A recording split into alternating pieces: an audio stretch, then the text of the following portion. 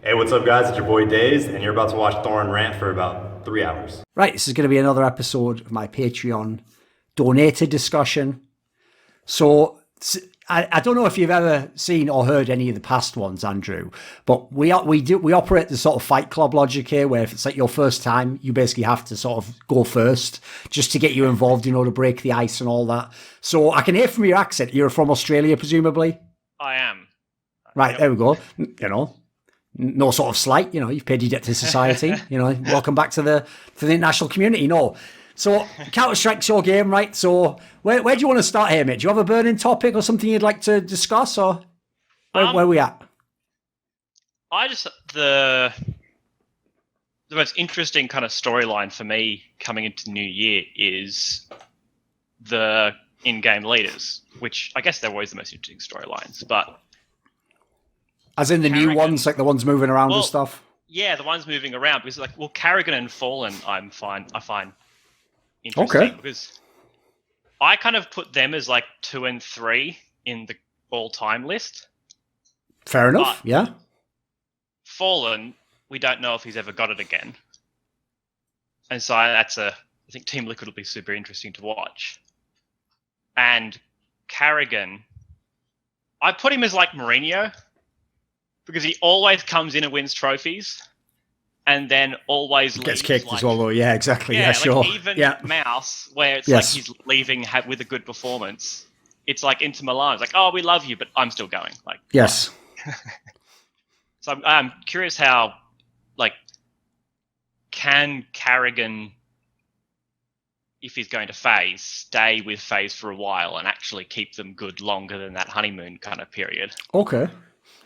I've got some thoughts for you on that. Right, basically, this is one thing, actually, I don't know how much I've gone into depth on my own content about, or even on By the Numbers kind of thing. Because the problem with the By the Numbers is, obviously, we sort of go lightly over the news stuff, and it depends how engaged we get as to whether we get into this stuff. But more of an abstract point, because the question you're asking there is obviously impossible to answer. It's sort of I have to model, why does he get kicked or what might go wrong. Now, luckily, one area where, again, when we have these discussions, people don't seem to understand. I can't just reveal all my sources, but I literally know Kerrigan and have him in a number of years, and many of the players of his teams, and basically every team he's been in, I've known most of the players who played in his teams. I've even asked them about him while he was there, before, after, most of that stuff. So what I can tell you is this, right? The very simple sort of overview, which goes like you say before, you either get fired, essentially, which obviously has happened to Mourinho as well, or in the Inter Milan, you leave anyway. You just decide, right, the project's not for me, even if you were doing awesome. In this case, obviously, he was a champion. That's the weird part, actually, in the Kerrigan story as well, because I think it actually is tied together. My guess would be about Mourinho, obviously I can only go off stuff like that documentary and whatnot and things that you've seen like that.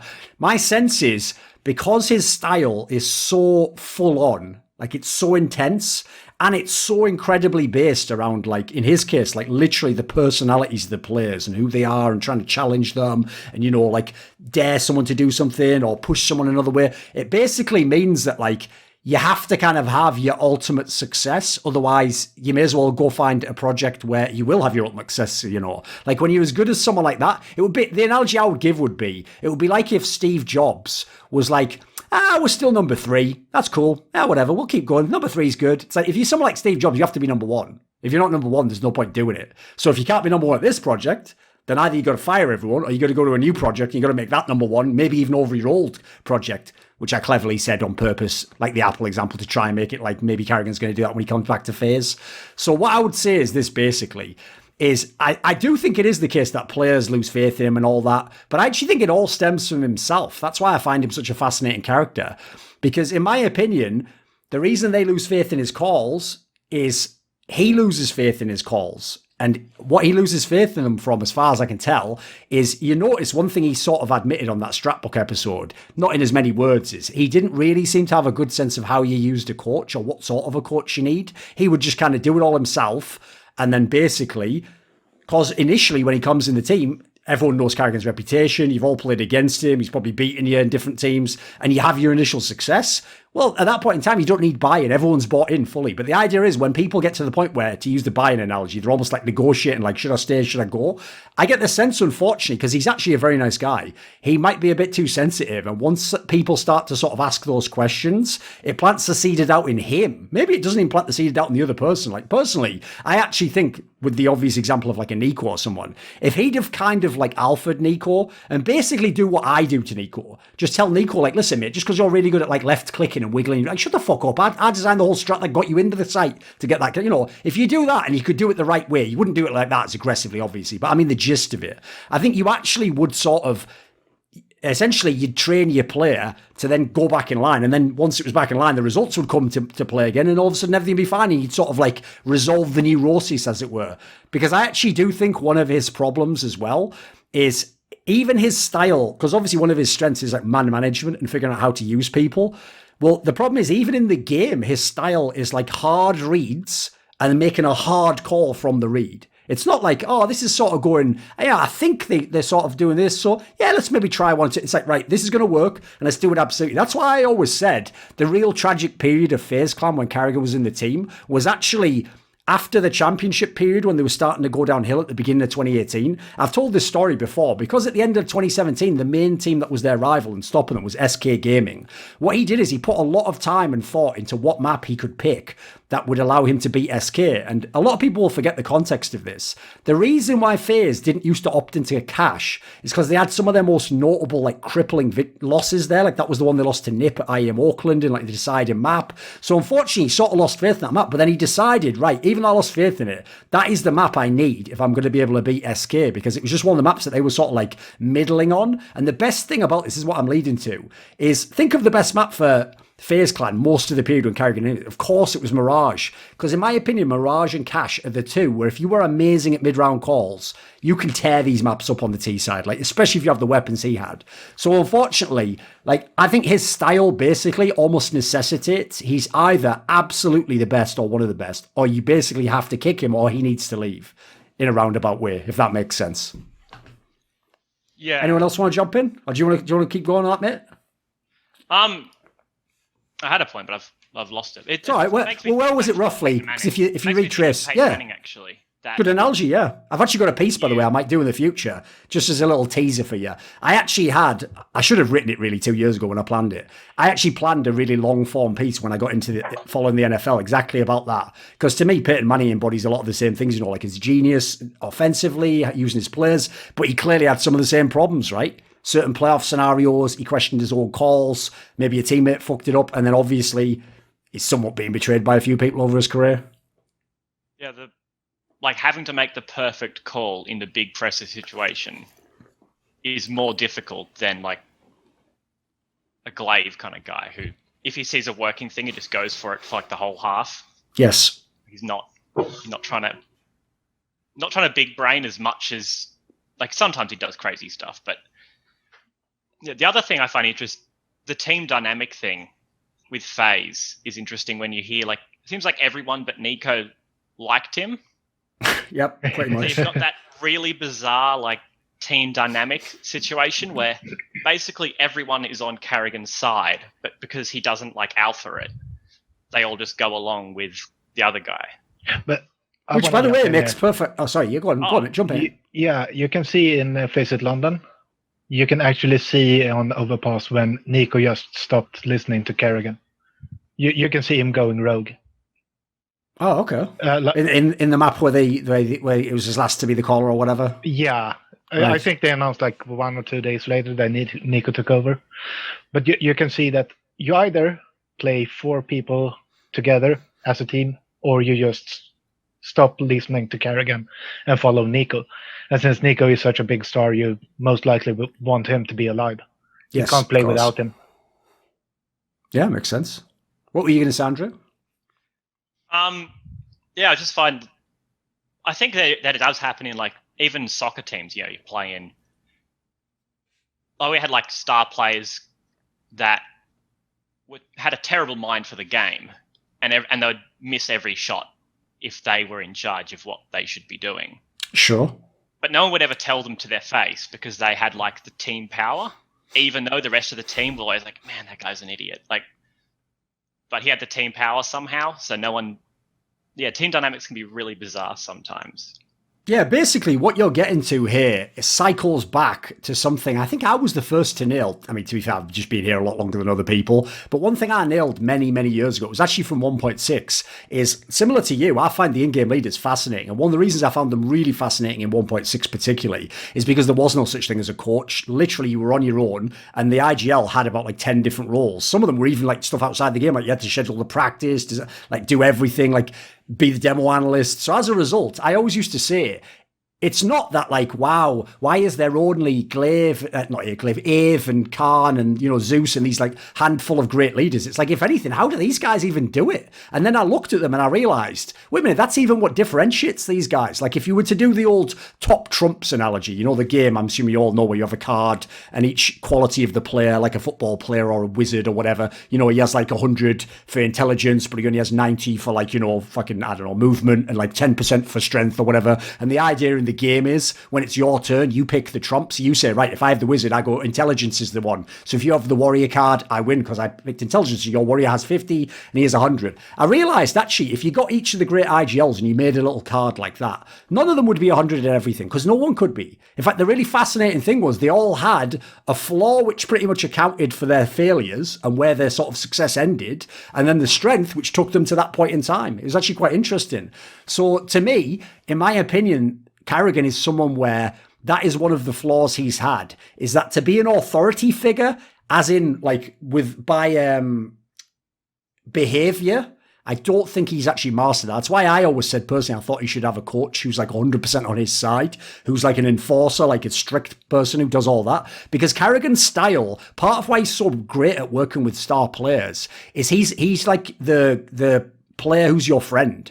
He's like, oh, hey, mate, like, oh, what's going on with this? Like, what if we were to try this? Or I'd like to use you in this way. Well, the problem with that is, you notice even that language, like, you're negotiating with them from the beginning.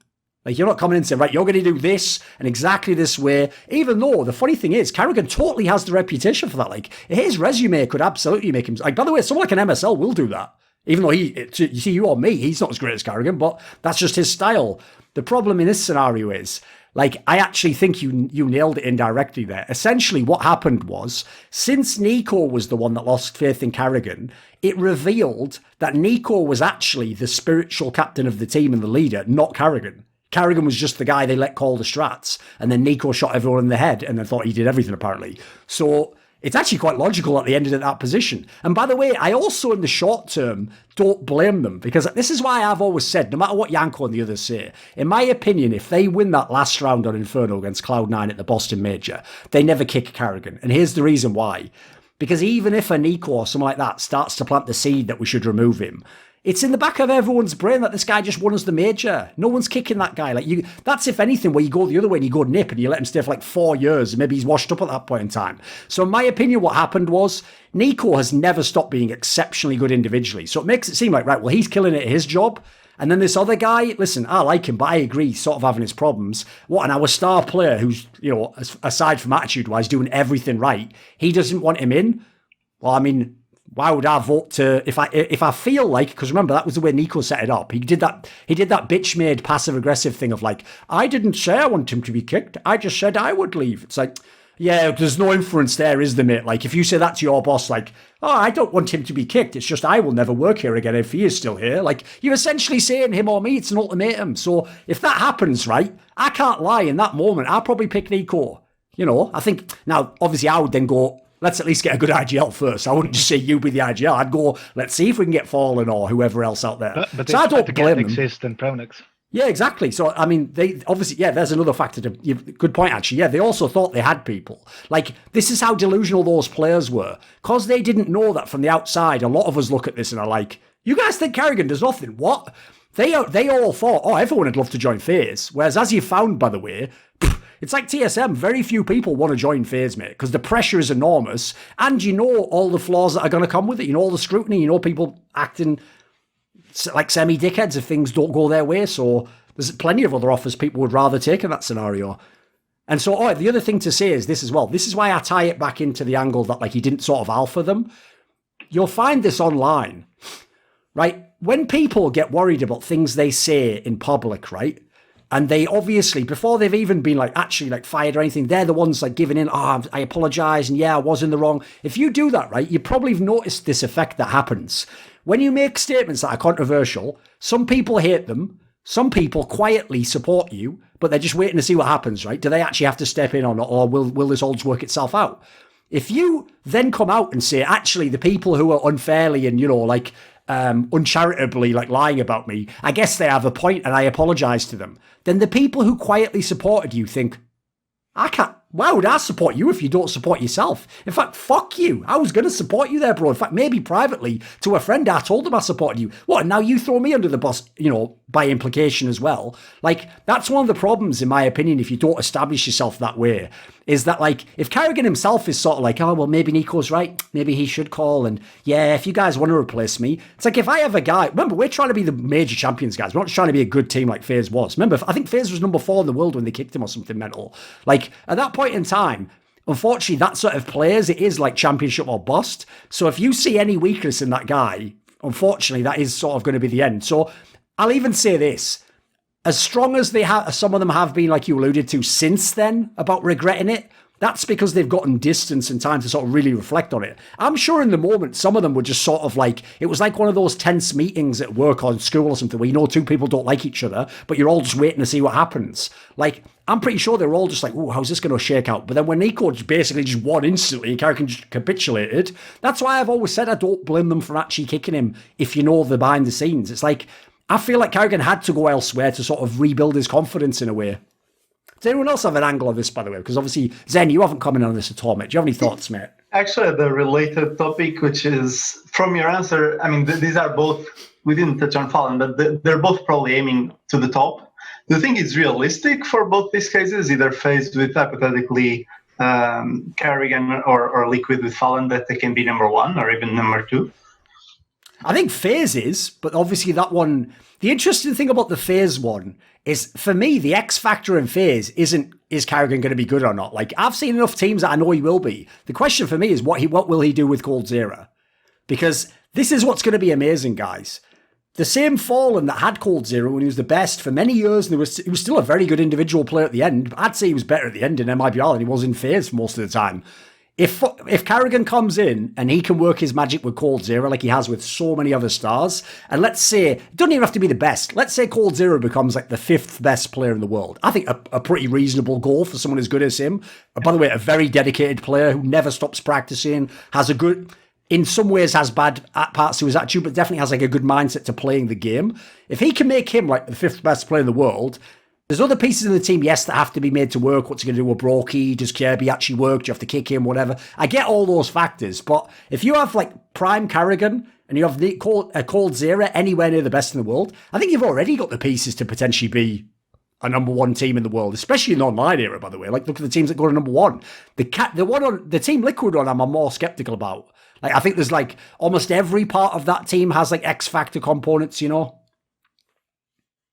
By the way, anyone else jump in if you want to now. I'm wondering if Kerrigan goes to FaZe, how is that even going to work out role-wise? I don't see it working out with Kirby and Rain and coldzera. Like, who do you think is the bad fit there, or what do you think the overlap will be? Either Rain or Kirby. I mean, I will say, they won't move Rain. That won't happen. And I think you said a couple of days ago, or that if Kerrigan takes over Kirby and try to make him a superstar, or just a decent player, that's where he is right now, that it will be like the legacy of Kerrigan. It would be the most epic turnaround if you can make him really Kirby good, right? is the one that got away, or the talent that he never could get his hands on. The tough thing is, in my opinion, that's basically what you have to do. Like, a player like Kirby, in my opinion, there's no point having him as a role player. He's either supposed to be one of your best players or he shouldn't be on your team. Yeah, I think that during coldzera's IGL role, I think Kirby has been better than he was. He looked like he had some good games. Because he didn't have a real role. They just let him loose. Sure. What were you going to say, Andrew? Oh, it's just been such a long time since Kirby was a star player that it would sure. be it would be pretty impressive to turn him around, because I've definitely I don't think of him as a star anymore. I'm like, oh, that guy. Why are you picking up that guy? So if you turned him around, it'd be pretty impressive.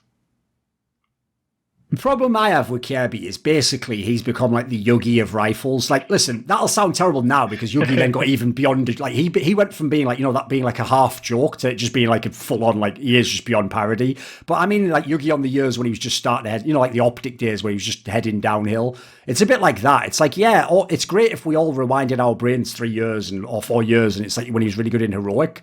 So in case of Kirby, Astralis, etc. But it's like, that was so long ago now. Like, and also, one of the things that really disturbs me is this. I know people haven't said much about Yugi, but basically, Yugi's one of the people, well, I'll just put it this way, without, speaking out of school, he just wasn't as dedicated to the game as he needed to be, and he had other things that were distractions, and he let them be distractions to the point that I think he ruined his game, and probably lost his motivation, lost his game, and couldn't rediscover it. But the problem I have is this. That isn't Kirby. Kirby actually is one of those guys where it's just tragic. Like, he actually is practicing. He has really wanted to. He's one of those guys who if you criticize him, he'll listen. Like, he's like a reasonable person and be like, yeah, I think you've got points there, whatever. But the problem is, whatever work he's done, it just hasn't worked. So either it's not in him or he can't access it. And so, in my opinion, listen, if I had to pick someone who could fix a player like that, it would be Kerrigan. It's probably the best IGL to give a go. I have to say, there's a lot of teams out there. One of the best reasons to recruit Kerrigan is just to probably stress test your team and actually figure out who's good and who can actually play the roles. Because if they can't work under Kerrigan, they probably should be kicked if you look at the teams he's been. So in my opinion, yeah, that's the issue. Is I think it almost will require a miracle to actually make him a competent player. So I would hope personally my hope of the FaZe clan is we're not really going to use this 5-man lineup. Like, you'll start with this 5-man lineup, but it's like Cloud9's. If someone does badly, we've spent so much on the lineup. Of course, we're just going to get another player. So when you consider if we have coldzera and we have Kerrigan, and let's say Rain gets to a decent level because he's obviously also played very well as a role player at times. If we just have those three set, who gives a fuck about the other two? Like, they can work out or they can't. If they work out, great, we keep them. If they don't, at that point in time, at this point, signing someone for a buyout who's really good is almost like a complimentary addition to your team, isn't it? Because it doesn't matter you spend more money, it's going to make you potentially number one in the world. Like, I think the potential for that team is very exciting. It's one of the biggest. I'm surprised so many people are sort of, maybe it's because of how it was sort of drip fed through the media over months and months and months and the coldzera tweets and all that sort of garbage. People don't seem as hyped about it, but I'm very excited about this. I find this one way more exciting than the Fallen Team Liquid one, and I don't even think that's a bad move. So I think this is one of those moves that could be like a game changer for the entire scene. I'll even throw this in there as well. It doesn't really mean anything because, to be fair, a team with Niko and a team without Niko is night and day. But people forget, one of the teams that's had the most success in history against the best Astralis teams is FaZe Clan. It's that style of power Counter-Strike where you're just basically playing loosely with superstar players. So if you can get another really good player into the team, could be anyone at this point in time. Like, could be a Kenny S, could be. Remember, the good thing about Kerrigan again as well, you don't have to sign them at their peak. Potentially just sign them when they're good and he can do all sorts of things with them. So you get another big player in the team, I think we're already talking about a team that's elite. I could obviously be completely wrong on this one, but I'm pretty confident on the FaZe Clan one. That's one where I feel like one way or another, by hook or by crook, they're going to find their ways to success. Do any of you guys think it's going to fail? I mean, like you were saying there, like, I agree with you. I certainly think some of those players are questionable, but what are your thoughts on like the longer term? I think they need a coach first. I can't remember any top team going this long without a coach or an IGL. It's a good point. Yeah. And I mean, that's the question. If they're going to wait for Kerrigan for 3 months, will they play without a coach for 3 months? Or 2 months now, but... Unfortunately, the way it's going right now, I'm pretty sure they've done that thing where mentally you just checked out and you're just waiting for Kerrigan to come. So I don't think they really give a fuck about the next few months. But the manager isn't allowed to be with the team either, so they don't have any sort of management close to the matches or the series. Oh, no, they won't have a coach. Yeah, you're right, of course. That is also an issue, I will say, because as I said earlier, I actually do think one of the things that I hope Kerrigan changes is to get the right coach. Because if people don't know, the guy he had in Mouse Sports, Raging, was actually kind of what I was describing more before. Even though he also will befriend players, he's also someone who's sort of like can take, like, you can delegate some of the things to him. Because here's another concept that people miss, is it's very different I could put it this way. Let's say I was the leader of a group in an office. It's very different if I'm the project leader and I give a certain type of criticism to a person in my group, or the overall boss of our division, who isn't directly day-to-day on the project, comes in and gives the same criticism. Like, it will just be taken to heart, and it will mean a lot for our relationships differently if it's me or if it's the other guy. But it's the same thing being said. So sometimes if you want the message to get across, you don't always want it to be you. I actually think a lot of these topics, by the way, also bleed into like a side topic, which is that because of the way particularly like American culture has changed, where I call it like it's kind of become a bit feminized, like the way people just talk is the way that I've just noticed women tend to talk and discuss things. A lot, like, it's the reason, in my opinion, and I know you guys don't follow League of Legends necessarily, but in League of Legends, the LCS is almost ruined by the fact that they can't literally just resolve problems the way that men tend to resolve problems. They don't just sit in a room and go, right, I have this problem with you and we need to fix it and it can't keep going. What they do is they just like passive aggressively sit around going like, well, I didn't really like the way that that was done, and why isn't anyone doing this, and what was happening here then? Can someone explain what's happening here? And people have this sort of like, it's sort of catty tone and this a way of doing it. And in my opinion, that sucks for solving problems in teams, especially sports teams, for fuck's sake. Like, remember, if this was a sport, they'd all be jocks. These are supposed to be like the most alpha men in the world. So in my opinion, you've got to have people who know how to set certain topics forwards. And if you're going to do it in a team like FaZe, it's worth it because the players are so good. If you can really get them to where you need them to be, you're going to be the best. It's worth the gamble. It's not one of those teams where it's like, don't rock the boat. It's like, if you're in FaZe, clients, it's the top or bust. That reminds me of one thing that I've thought about for most likely 2 years, maybe more than that. That to have a functioning group dynamic, you need to go through the, what do you call it, like the development circle or something, where you first start off in the honeymoon period, and then you go to when you swap into roles, not like in-game in roles, the game, but yes, sure. group roles. Yeah. After that, you get into the fight because you need to redefine the roles. But when you get into the fight in teams, you start making changes. Why would you do that when you know that after that you come to the paradise phase, or whatever you call it, where everything is just, you're living among the clouds, you understand each other so much better? And yes, because if you take existence, for instance, sure, as soon as he starts fighting with people, he's out. Isn't that part of his job as an IGL, to pick fights with his team, try to motivate them, even though he maybe not did it in the best kind of way? But I think most of his teams would be better if they just resolve the fights. Yeah, basically, by the way, Existence is another person who didn't understand the use of a coach for most of his career.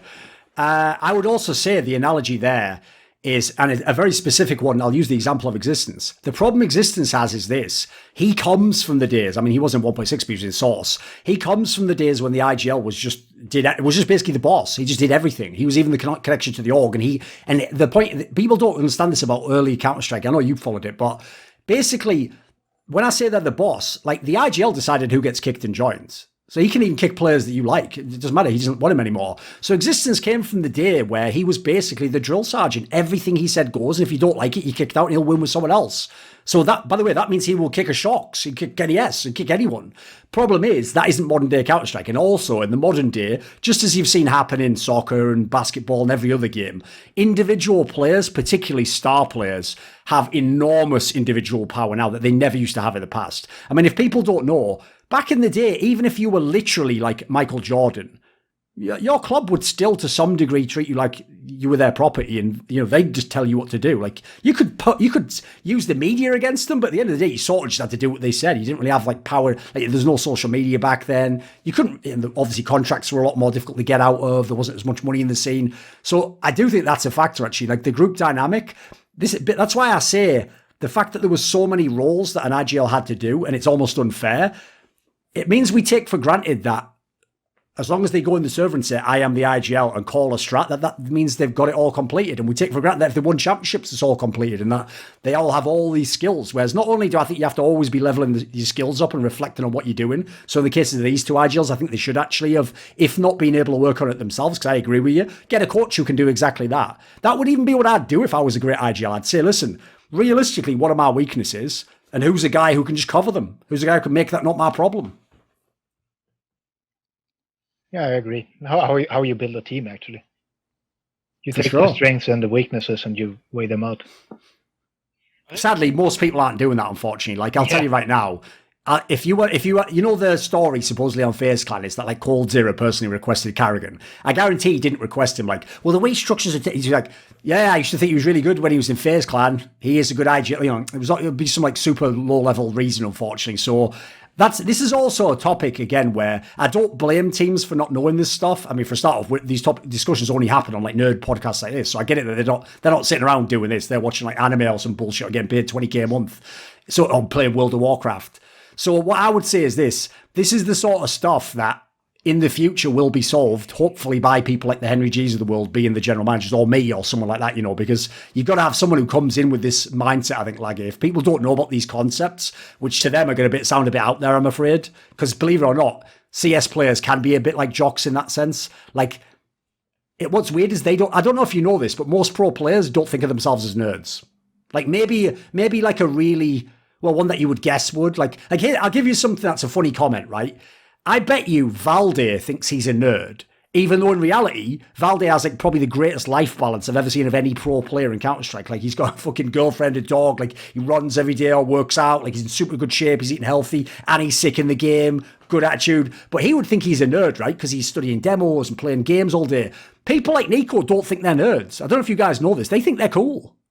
You know, like he thinks he's like a real celebrity or something, like a football player. Like they don't think of themselves as nerds. So unfortunately, some of these things they would just think is like, oh, you're just overthinking it, man. Like it's not about that. You know, you just get in the game and just shoot them in the head. Just win the game. It's just a game, bro. Just a game, bro. You know. Whereas like I'd love to see someone just come in and tell Bill Belichick from like the New England Patriots NFL team, like, why are you going so serious, Bill? It's just a game, mate. Just tell them how to play football, mate. Just leave it at that. Like they'd tear your head off, wouldn't they? It's life and death to like guys like that. Well, that just reminds me. Didn't Simple say something that you need to take every practice, every FPL game, every death match, as if it was a major final? Sure. Yeah, so shouldn't that be one of the people Niko listens to? He should be the only one he's listening to. By his own standards.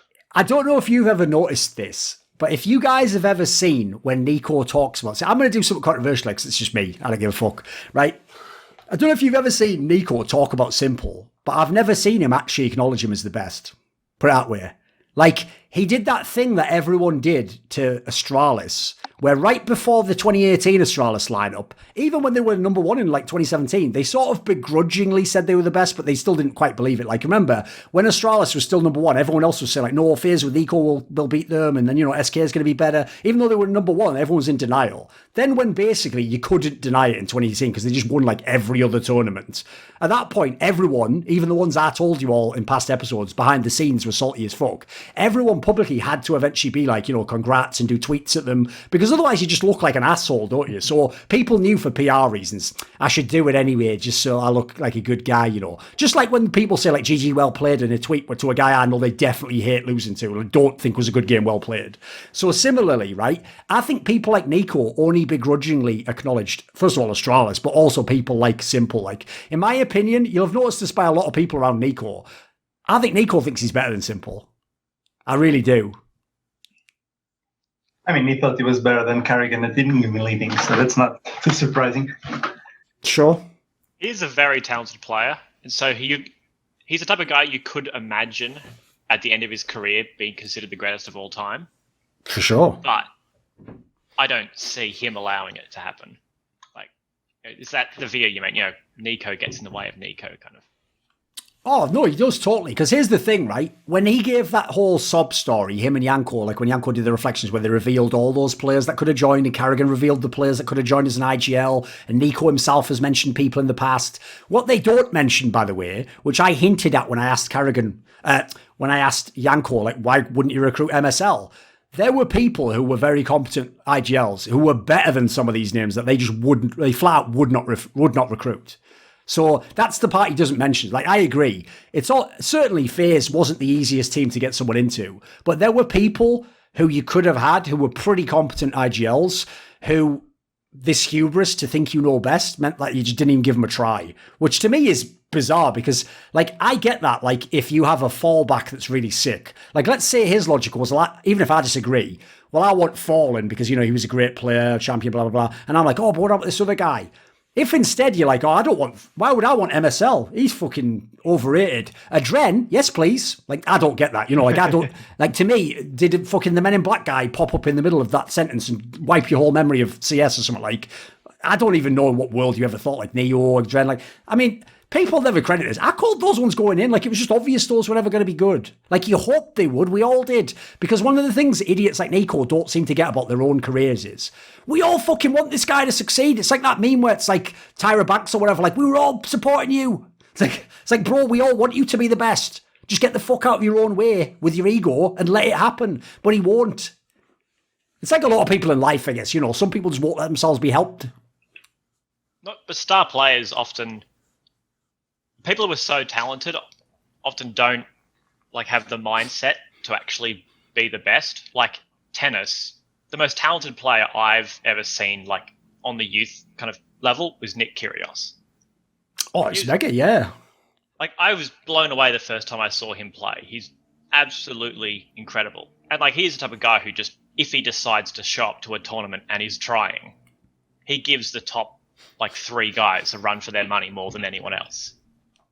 But he just doesn't have the mindset to actually ever be the number one. Sure. If you guys don't know, yeah, go on. Oh, yeah, no, I agree. Like, basically, if you guys don't know, I don't know how much you guys follow tennis, but obviously, like, this is going to be a bit of a scoffed analogy because I'm only making one part of it, the analogy. He's sort of like a bit like a config type character. It's like his actual skill is like undeniable if you just look with the eye test. He's clearly fucking super sick. But unfortunately, he's just had so many like attitude, behavioural, just stupid, even just tweets, mate. He's another motherfucker that like Twitter destroyed.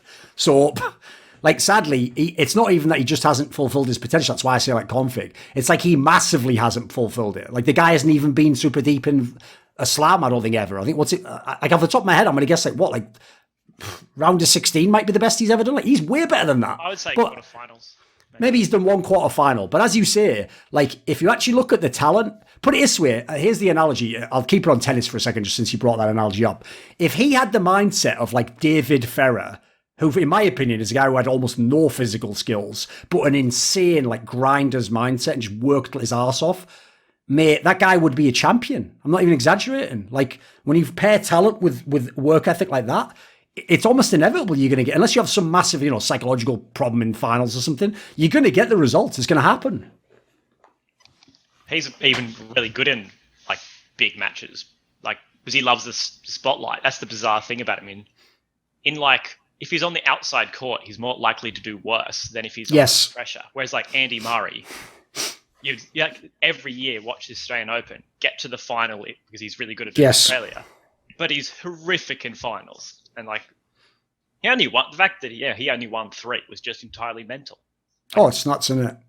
Yeah, basically, like, I think that's another thing you've also nailed, by the way, which is basically, that's how you can tell these guys aren't actually dialed in and aren't practicing and definitely don't have the mindset, is, as you say, they can only get up, as it were, for the big match when it's the person that is better than them, that they, you know, like, well, the problem with that is part of being a champion is just coming along and going, what, this guy who's ranked 128th just won the first set against me? Right, time to lock in and just crush this guy. And that's what you do. That's why the great players, you know, like the great players in tennis do like insane streaks of just making like the semis like fucking 8 times in a row or something. Like, to do that, you have to get through a lot of people who aren't as good as you. And you have to be able to play with like a championship mindset in those games. So I think there's a lot of people that applies to in esports, Counter-Strike in general, that have just had those issues, you know. It's one of the reasons why I'll tie it in, actually. If you remember, the last time MIBR was good was at the end of 2018 when Yanko actually was coaching them, when they were like beat Astralis once, they were having a lot of close games against Astralis, they were making some semis, they made a final.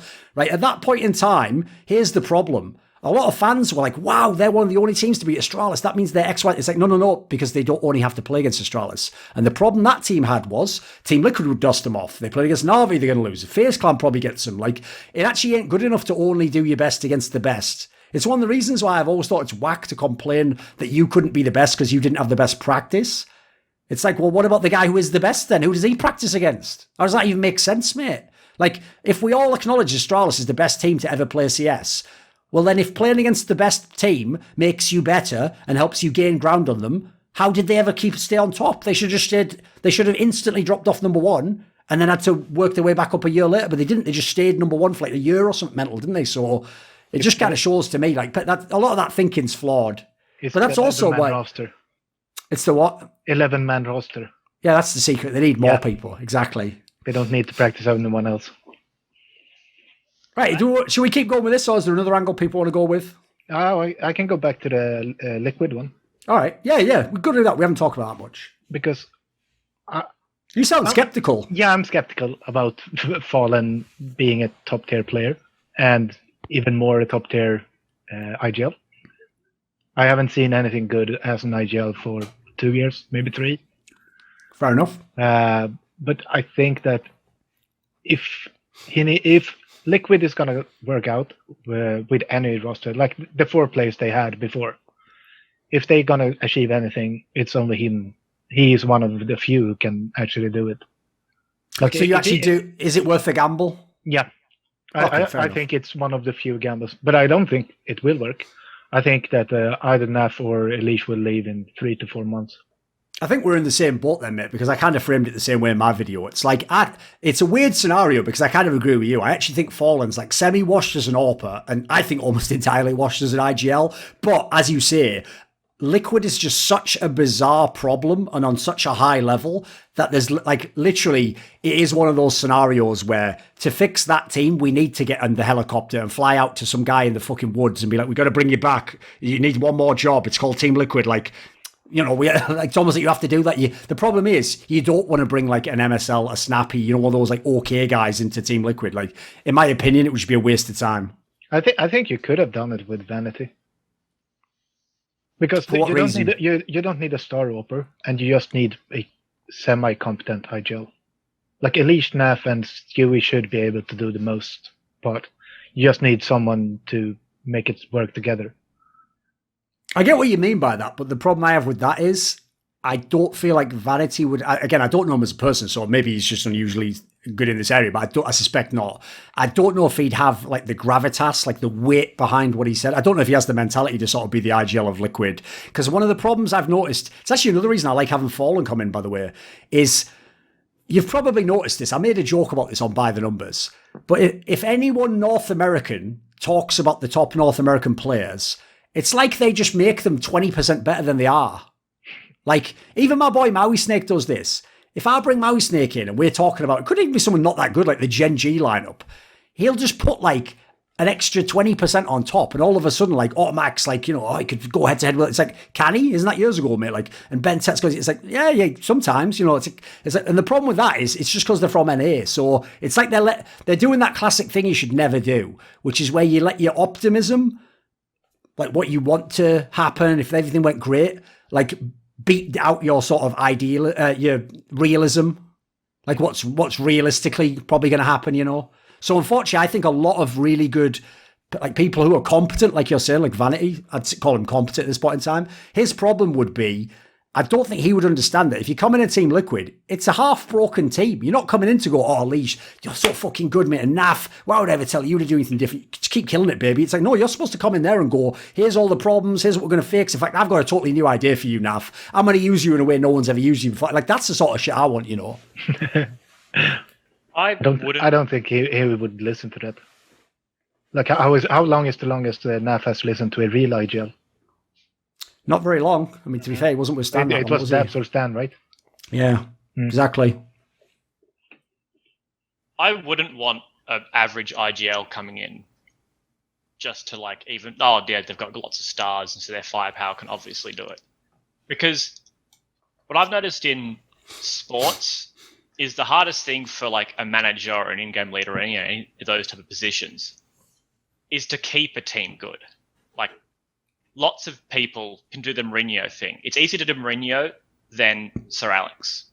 In that you can jump around and make lots of different teams good, but keeping the one same team good is incredibly difficult. Sure. So I feel like the only people I've seen do it like in the sports I've followed are Sir Alex and then like Belichick, but then he had like Brady the whole time, so you know I don't know how much that weighs in on that, but like I feel like you're just doomed to have like a honeymoon period and then be rubbish, and maybe your honeymoon period isn't even that good if you get an average guy.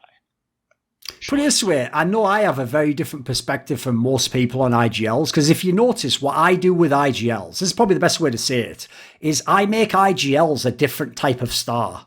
So for me, Glaive, Kerrigan in the past, Fallen, they're the superstars of IGLs, right? So I treat them the way I treat the superstars in the game. So in the same way as I wouldn't want like just some okay star player to join FaZe clan and then put him in those star roles, because it's probably just not going to work. Like it might every now and then, but it's probably not going to. Like what's the odds that guy was just secretly super good and then now we only get to see it now? In the same way with IGLs, like I actually do think it's not a skill position, but it's like, because it's like a brain position. There's a skill of the mind in that sense.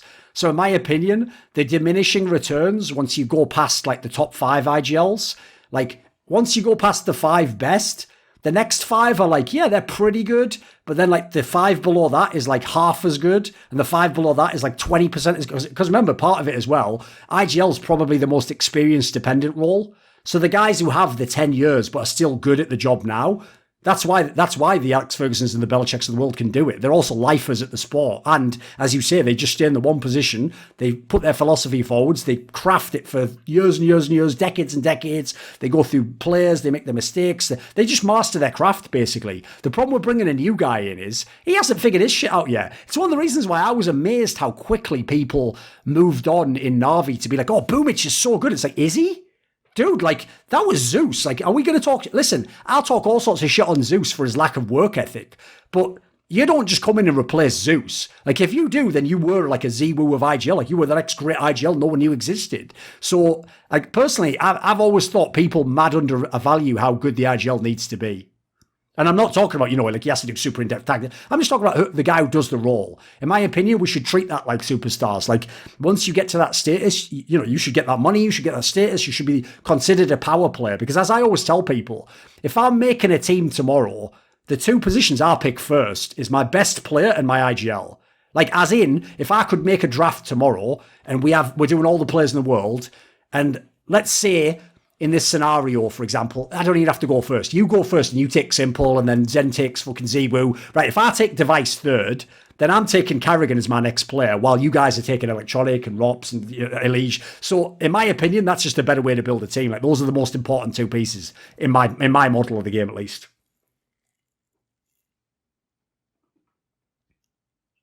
But considering the level of skill in Liquid, isn't it kind of an exception where if they respect him, and I don't know if they do, and he just brings in a few new tactics and just the morale boost, the players by themselves can, play well enough to get to number 1 or number 2.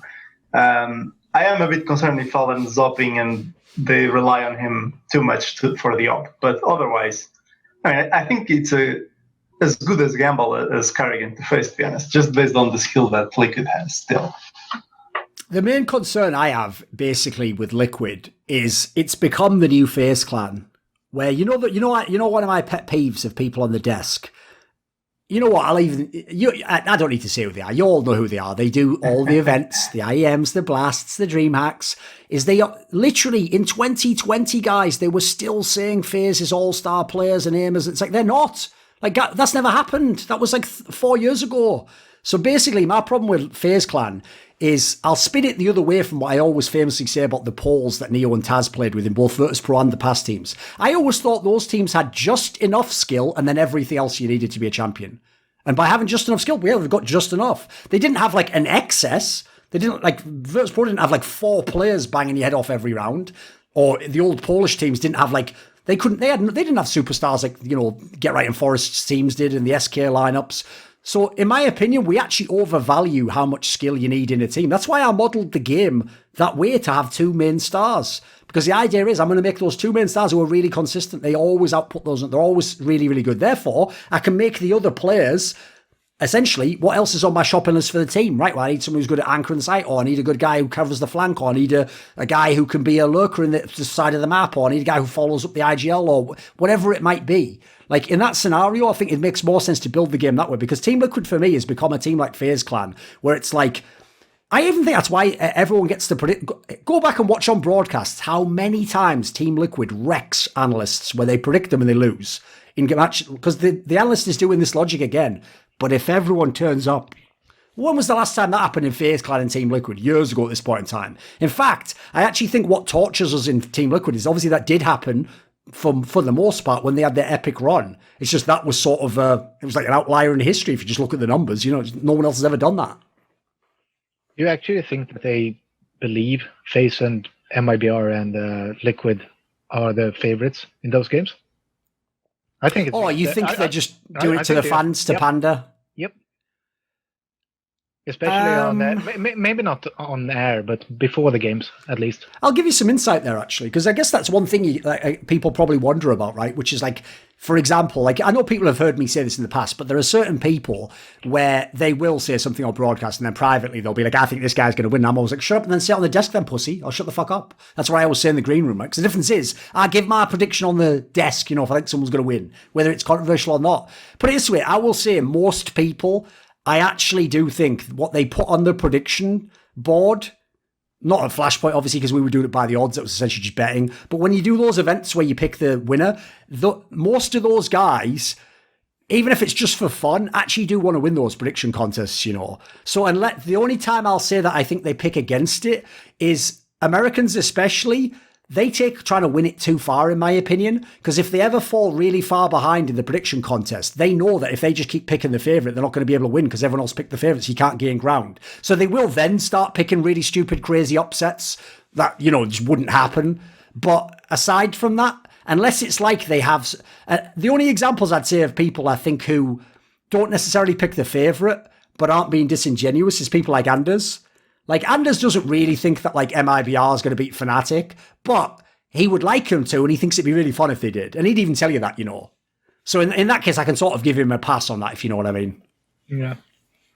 I've noticed in sports in general, like, the analysts have a hard time actually saying which team is good. Like, I've always... Give us an example. Like, see if you can model it as an example so I can see what you mean. Okay. Well, like, the MIBR guys, the fact that they were bad. Like, I always remember it was the Katowice before Yanko went to become coach of MIBR. Okay. And on the desk had Sponge and Yanko, and this was like, I think they were like number 5 in the world at this point. They'd had like 6 months where they were just rubbish now. It's like they just kind of hit the wall and the team was no longer like championship winning. And like you guys in Bayern numbers had been like ripping on them for months. And they introduced the death by going, SK are the number 1 team in the world. I'm like, what? Like, what do you mean the number 1 team in the world? They haven't won a tournament in like 6 months. And I've always thought that people who they were people who were pro players.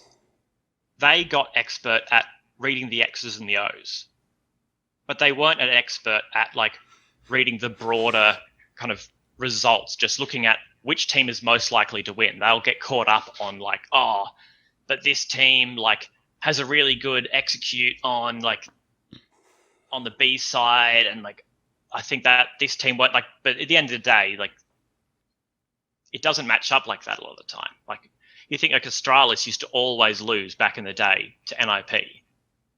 It doesn't matter how you matched up the X's and the O's, just the yeah, okay. I think I get what you mean there. Like put it this way, with the example of Astralis and NIP there, what you're saying is if you've watched them play and you can see basically, if you can model what makes NIP win. So in that case, the example of NIP and Astralis is a really good one because all the factors on paper actually said Astralis should eventually win. And I mean, we're even talking about the era when they were a better team, when they were TSM. Like on paper, they were supposed to win. They were even winning tournaments. Like all the map pool was theirs. Like there's no reason they should lose. But obviously it's an intangible, isn't it? Like you have to know things like, will they choke at a certain point in the game, or mentally they have a hard time if they're in this situation, which doesn't show up in the game. Like you say, like a player knows the game. He doesn't necessarily know these other aspects. I think that's also the most underestimated aspect of the game. And it's why, unfortunately, a lot of fans, I won't say like a lot of fans in terms of like all the fans in the game, I'm talking about the vocal fans. It's why a lot of them come off sounding like idiots. Because what they don't understand is this. Sponge might know things about Counter-Strike I will never know. I know things about Counter-Strike Sponge will never know. Now, why is that? because I didn't play as a pro for 10, 15 years. But you know what? He didn't do what I did for 20 years. Like think about it, right? And when I say that, I don't mean write articles. I mean, think of the number of conversations I've had with top pro players. Think of the number of interviews I've done with them. Think of the number of games I've watched of them. Think of the number of games I've studied of them. Like, there are certain concepts, we've discussed some of them on this podcast that people maybe are aware of, that go beyond the game, it's like its own craft. You have to master it. You have to put in a lot of work to get really good at that. It's one of the reasons why I actually think that's one area I've been pretty good at in history, is most of the pros, ex-pros, like you say, they hold on forever when a team was the best and drop off. And MIBR is the most criminal example, obviously, but FaZe is another good one, where what they think is, because they know these players could be good again and they want them to be, they almost just hope they are good. So they just keep predicting and think, well, eventually it's going to happen. Whereas what I do instead, I'll tie it to one of my classic jokes, if anyone can remember this period in time. Maybe only Zen will, I don't know.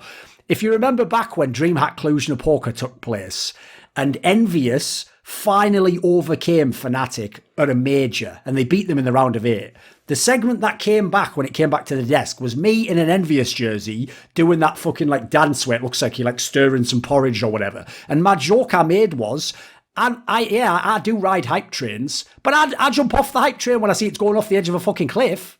I don't just keep going and go, well, I hope it just flies. Like, guess what? Fnatic was done at that point in time, boys. Like, I knew to jump off the hype train. I didn't just stay there. So in that scenario, I feel like a lot of top pros, they don't understand that, like, the X's and the O's is amplified or attenuated by things like, where's your head at? Like, what are the emotional concerns of the team? Like, what are the relationships like? How has the game changed? Oh, a million factors, you know. And unfortunately, none of those show up in the server. So why would Sponge, knowing the best strats for taking mid on cash or how to molly a guy out of a position, why would that help him know that? It wouldn't. He has to put his time in on that. And by the way, I'm not saying that specifically. I'm saying that because I consider him the best analyst. He's the obvious one to use as the example, you know. Yeah. Like in tennis, Leighton Hewitt, every year at the Australian Open, when asked, like, a few rounds in where we've seen everyone play, so who do you think's going to win? Always says Roger Federer. Of course, yes. Same reason. Yeah, he seems perfect, right? He's playing the best tennis, and he Yes. always is. But Yes. Leighton, it doesn't matter. Like, Djokovic is just more clutch. That's like, Djokovic has won an absurd number of like crazy 5-set matches in Australia, considering how many like titles he's won. Like, it's like the most unconvincing dominant slam ever. Like, when you look at like Federer at Individually, yeah, sure. yeah, like Sampras at Wimbledon, something like that. He didn't have endless 5-set matches. He just rolled over people because he was so much better. Yes. But like, Djokovic just gets to a point, he's like, nah, I'm not going to lose. And that's not like, you can't look at the way he's playing and be like, oh, I bet he just won't lose when it gets to like, when he's match point down. You've actually nailed, I think I'm getting, now this is why I like having conversations, because basically, I know a lot of idiots just say their point and then don't say anything and just wait for a chance to speak again when you take a breath. But I'm actually listening to your point, mate, and trying to understand what you're saying. So another thing I see that you're getting to as well about pros that is totally off as well is they also never seem to factor in that the match on day one in the opening match of the group stage isn't the same circumstances as the same two teams playing the opening map of the final. So you're right. Another thing that this is, you know what? Because obviously I know most talent don't watch this anyway. Who gives a fuck if I'm giving out gems? Here's a gem that I tell people who are analysts, who I sort of take under my wing when I'm helping them level up how to do stuff on camera. I tell them this. It's, don't ever let the short-term form of a team in the tournament you're watching skew everything you actually think about that team in the slightly larger window of the last month, the last 3 months, the last 6 months. Hence why another area I actually do think I've done pretty well in analysis is you can have a team, classic example would be like Team Liquid at the Face It London Major, where they're tearing everyone up and they're looking good. And remember, they'd already beaten Astralis on that Inferno overtime game. Every factor behind the scenes, I've revealed this on By the Numbers, because they were winning all their scrims, all the analysts, again, were all on the hype train. Like, they all wanted to be the guy who was like, oh, I know Bitcoin's going up, so I've invested already. Like, they all wanted to be that guy. So they were all telling you they're going to win the team. Whereas I was like, nothing I've seen so far tells me that when they play Astralis, they will beat them. So I'm taking Astralis on this one. I remember just sitting there thinking, how in the world Am I picking the team that's the favourite for the major and everyone else is picking the underdog? What is this? But it happened. So I also think that's another flaw, is other people have a hard time with recency bias. I actually suspect, just from seeing it so permeated in the world, I actually suspect it might be like a weird boon I get from being autistic or something, that I kind of like go back to my model over just what I saw like yesterday, if you know what I mean. Like essentially, if what they did yesterday was enough and it looked like it was going to continue, I'd update my model because it would start, I think it would continue on, but I think they put way too much importance on it. So classically, the other example as well is, you notice this the most when an underdog starts to do a run. Man, the analysts love to switch to go to it. Whereas you've seen me, listen, I got it wrong in Flashpoint. That's one of the few times I've failed there. I'll pick against Virtus Pro forever, mate. Like, I still just don't believe that can be a team that should. Like, here's the thing. If this is LAN, I don't believe they should be able to beat Fnatic, Big, OG. Like, I think they could maybe beat one of them and, on the right day in the right match, but I actually don't think they are, like, fundamentally and makes a team a better team. Now, they did win that tournament. Fair play. Maybe that'll be one of my great exceptions. I was just wrong on that a day. But a lot of other people would just see them beat the top teams, the Cloud9, OG, whatever, and just go, right, I'm riding them the whole way because look, they're in form, whatever. It's a similar thing to what you said about, like, he's just playing great tennis. Because, yeah, they use the same logic. Like, you wouldn't believe how many times, like, I'm a massive Federer fan. The amount of times I've been going into, and this is like 10 years ago, one of those classic, like, Federer versus Nadal matches. And if you're a real Federer fan, you fear when he plays Nadal because you know what happens. Yeah, you've seen him a couple of times get an amazing win over him, but you know that it takes him to his absolute limit. Unless Nadal just doesn't turn up, it's going to be like the ultimate test of strength, like a Herculean effort. So as a result, when the commentators then tell you, because I remember the same thing, mate, I'll use an example for you. It was when they played in the semi-final of the Australian Open 2012. This was the one where Nadal won in 4 sets and then he lost to that epic final to Djokovic in the 5 sets that everyone remembers, right? When it was going into the match, all the commentators were saying the same thing. They were like, Federer's in the better form. He's been working on his backhand. He's looked so good on the hard courts at the moment. Like, he's certainly the favourite here. Everything points to him. Meanwhile, nothing, as far as I could tell, had changed in their head-to-head matchup. Like, the same problems existed, and if Federer, as he did, was still going to... Because back then he had, like, I thought his backhand was a bit weaker, and I think Nadal actually just... I think some of his physical qualities went the last few years, so I don't even count some of those wins as, like, he beat him in his prime. He didn't. Like, they were both out of their primes. So in my opinion, I don't think he ever figured that matchup out, or I don't think he could have if it's just the case that he just didn't have the skill set to do it, Just to extend the analogy a bit for you there. Yeah. Yeah, I think anyone else want to jump in?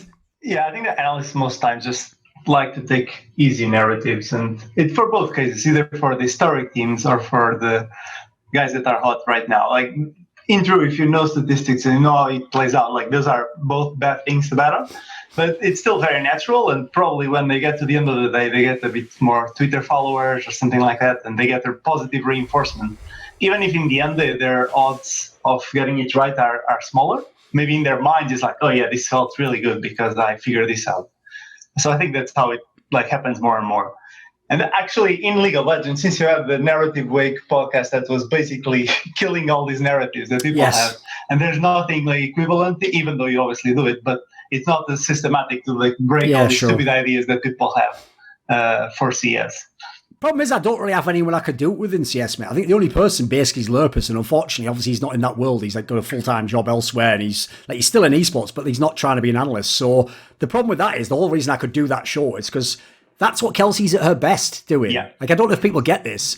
Basically, she's someone where there'll be a narrative that started with it was like Uzi at Worlds was the best one. It was a good point. It was like a vague couple of data points that implied something. People took that as a fact and built an entire pyramid of nonsense on top of it that wasn't even true for half a decade. Well, what she'll do is she'll watch all the games, she'll study them, she'll put all the X's and she'll just come with 50 reasons as to why that's not the case. That the other person would just have their mouth open with drool hanging out. They wouldn't even have a reply to because they never thought. They'd just go, but the world's finals. That's all they'd have, So I agree with you. I'd love to have a show like that, mate. I'd love to have a show that was just destroying nonsense CS angles. But unfortunately, if you've noticed, I can't really find a co-host for that. There isn't really anyone in the scene I think I could do it with. Yeah. Maybe one day someone like Maui could be in that sort of position, because I'll give him credit that one of the things you'll also notice about the people I've sort of taken on my wing the last few years is I've also fast-tracked them in terms of like being bold about their opinions. Like if you notice, he was riding with Virtus Pro from the beginning of the tournament, so fair play to him, he nailed that one. But a lot of the other people, they kind of take the maniac route. Like you come into the game and you think, right, last thing I want to do is piss anyone off or get any negative attention. I don't want fans on my back. So you know what? I'll just hit all the nice narrative points and all the things that, have a point to them and have some history and people know these. And I'll just do it well. I'll just execute well. Now, that's actually one of the reasons why, in my opinion, I actually think Maniac is criminally underused on broadcasts because his strength isn't doing the basic analysis. Like, he can execute it very well, but he's not a guy who likes to do, like, really controversial opinion. In my opinion, he's at his best when you have him, like, translate an advanced concept into layman's language or for example, what I try to use people like him and Potter for, if you notice, when I'm on desks with them, is if I know I'm going to wreck someone, so in the case of, like, Potter, let's say I'm going to say that I think that, like, Exapower is mad overrated. Well, I know she is super optimistic. So then it's now appropriate if I've just set up all the negatives that she could explain why, maybe he can improve and, he's gotten better in this area and watch out for his development. Like now, maybe it makes sense that she's the hype one, sort of like optimistic about what he's going to do rather. Yeah, but the difference is that your proteges don't work for the same company. What do you mean? I mean that one of the companies that use Maniac is kind of a vanilla one. Oh, I see what you mean. Yeah, that is part of the problem. No, I get you. That's also because, mate, unfortunately, the reason I don't claim people like Yanko, Maniac, the others as because they were just my colleagues at the time. So I would give them like the odd nudge or if you notice, I tried to like change how I did my part on the desk to make it fit so I could balance it out. But that's the problem is at the company I'm at now, first of all, I am their boss and I hired them. So I hired them for a reason. And then I can sort of, some of them also want to learn. So the key thing, in my opinion, is the latter one. They have to be receptive and you have to be in a position where it's appropriate to give that information. So it's also one of the reasons why if I keep doing Flashpoint, you'll just see event to event to event. I'm gonna start to gradually change some of these things. We're gonna get it to a better level. Don't worry. Yeah, that brought me into one of the things I want to talk about. Yeah, let's do it. Flashpoint future. In what context? Any context. Isn't like half the teams without a roster at the moment, and like I really like the concept, but there's no real reason to do this if the teams doesn't go full in. Like the partner teams need to carry. It can't be the other way around. Yes. Oh, put it this way, mate. If you asked me today, did Flashpoint succeed in its goals? I would say no, it didn't. Like, only on the most minor premise that it provided an alternative to the ESL way of doing things, but it didn't succeed at that. Like, it doesn't have all the sponsors, obviously it doesn't have all the teams, and because it doesn't have the teams, I obviously then can't maximise what I do in my job. I'm basically like, I'm like MSL in this last North lineup. It's like, what am I working with here? What the fuck? It wouldn't matter if I was the best IGL ever. Like, I can't make this team win. Like, these parts are trash. So, in terms of the teams, put it this way, I agree with you. In my opinion, there is no point running Flashpoint if it is going to be like Flashpoint 1. Because remember, Flashpoint 1 was the real Flashpoint. This is why I'm the realest motherfucker of all time. Yeah. Flashpoint 2 was one that we were able to get 3 teams that aren't Flashpoint teams because there was no overlap with ESL and Blast and it was online. So remember, if we hold Flashpoint 3 tomorrow, probably don't have those teams. We're back to the original partner teams, who, as you point out, most of them don't have lineups, and then whoever qualifies online. So maybe we can get Virtus Pro again, maybe we get God sent or something, but it would be a way worse field of teams. So basically, in premise, I agree with you. Like, I did this project in part because I wanted to, flex my creative muscles, see what I could do. But I also was, as I've pointed out many times, I was promised some of the best teams in the world, and I didn't get them. So in my opinion, bearing in mind, I actually think, like, the main reason I'm in Counter-Strike in terms of Flashpoint now is what I've said the last sort of 6 months about the numbers. I don't give up on it because I think it's actually the only current, like, viable lifeboat to save the Titanic that is CSGO. ESL's just rearranging the deck chairs. Like, they're not trying to get off the Titanic. They love the Titanic. ESL are the idiots on the Titanic that were running around trying to rob people as it was fucking sinking. Like, they don't get it. Like, not least because, by the way, if you know who they are behind the scenes, their plan is to sell the Titanic before it fully sinks to the Chinese. And that'll be their lifeboat. But they're not going to be taking you on that lifeboat. That's going to be the ESL higher-ups off of the lifeboat, and you're all going to die on the boat. So what I want to do is save the game, because right now it's like in an untenable place just economically in the industry. It basically has none of the upsides that even stupid shit like the Overwatch League has. So, which by the way, is a very quick explanation, is the one thing that you cannot argue with the Overwatch League is, whether you think it has value or not, to some people, an Overwatch League slot has value. So even if you decide to quit the Overwatch League, you could still sell that for millions. There's nothing like that in CSGO. You can sell your players, but that's it. You have nothing. So in my opinion, you need league spots. You need things that basically can accrue value, and there's a reason to build around it. So one of my problems is, if I'm going to keep working with them, there either needs to be a pivot in what the company does. So maybe it's not just events, or I've got to have better teams. Because I'm not interested in, put it this way, I'll tell you right now, to work for Flashpoint in the role I do, I get paid more than any of the casters do at any of these tournaments, by the way. It's one of the reasons why I don't give a fuck what fans think about it. Hey, you weren't invited to ESL. Who gives a fuck, mate? I do 2 events and make all that money. I make more than them. What are you talking about? They have to do 15 events, like 10 events, you know. I don't get ground down anymore. I'm loving life. But that's what makes me a sort of an alien. If you told me, if you stay at Flashpoint, you get all the money, but you have these teams for the next 5 years, I'd quit tomorrow. I'm not exaggerating. And I've had these conversations, by the way. I've had calls where I've just told Flashpoint owners straight up, like, if you don't get a better team, I don't give a fuck that you've told me you're going to for the last 6 months. Either you'll have to go or I'll have to go. So the good news is, it's like I've also made this point publicly before, I'm sort of a canary in the coal mine for Flashpoint. If I leave, it's probably fucked. Like, there's probably no way it can be fixed. If I stay, that means there's a minimum, there's some legit people there who do have a plan and they are trying to exercise it. So I will say, I would just say this. I think there will be a pivot in some of what Flashpoint does in the next year, this year. And I think you will see potentially a way in which we can have some of the things I was talking about before. Obviously, I can't say much more than that. I've already said quite a lot, to be fair. Yeah. Do you have any thoughts? I'd like to know your guys' thoughts. And by the way, obviously, I mean, listen, Laggy's not going to do it. He's obviously one of those Swedish people who just says what he thinks, but don't think you have to kiss my ass and pretend it's great if you don't think so. If you think it's trash, if you think the team's bad, just say so. Just from my selfish point of view, it's a bit of kisses, but I do think that the things you haven't mentioned yet, so the new formats, the skits, the people you bring in, even bringing Monty into a new game, these are all things that looking back in 5-10 years, maybe that will mean more than just, oh yes, this one tournament had all the best teams. So I'm quite happy that all those things happen. Even just having Monty here, I think that's great. That's something that, in Overwatch, I wasn't watching as much as I love him, and now it's like a great addition. All the skits, yeah, they didn't have like 1 billion hits, but I still think that they made other TOs notice and start doing them and start. Well, it's funny how that worked, wasn't it? Did you notice how that came out one day after hours? I know, it's just funny, isn't it? It's just funny. You got to, that's one of those things where in England you just say, bless them. And you just pat them on the head and let them go, Yeah, but like as a viewer, I still think that it's great that for the system this happened. Even if, maybe monetarily for the teams in Flashpoint, it wasn't what they wanted. For me, yes, it's already much better than it was before.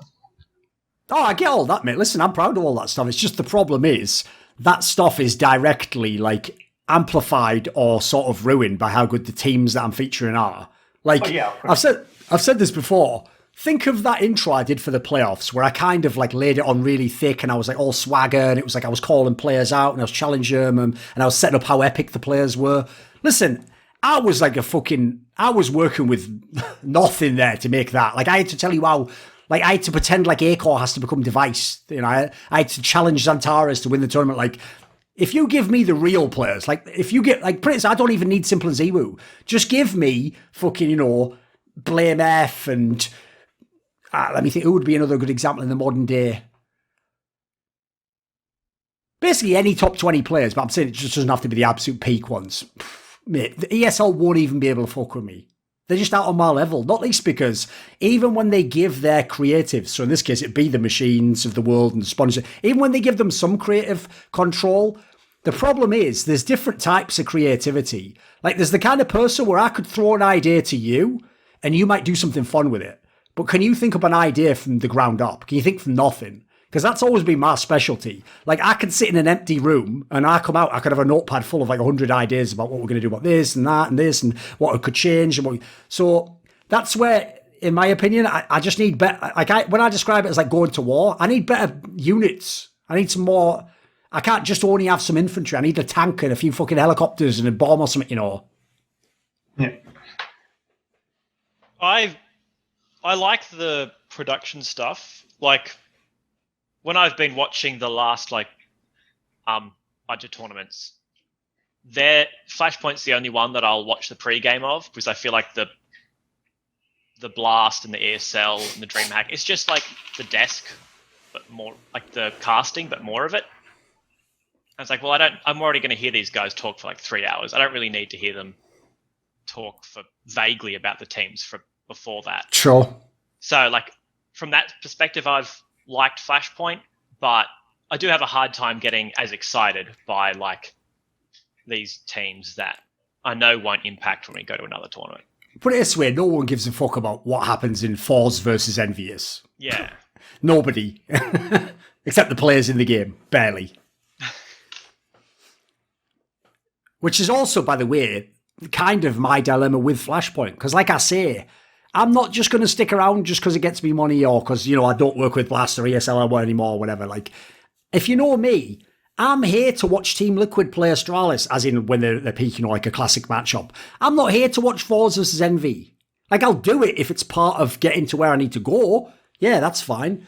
But like, that doesn't even work for me. Whereas the bizarre thing is, if you think about it, some of the actual people who are currently considered tier 1 analysts, they do the bloody old school DreamHack lands a couple of years ago where that would be the matchup. It would be FaZe versus Envy in the semi-final or something. Like, somehow they can get up for that. In some ways, this is one thing that's a bit weird about me.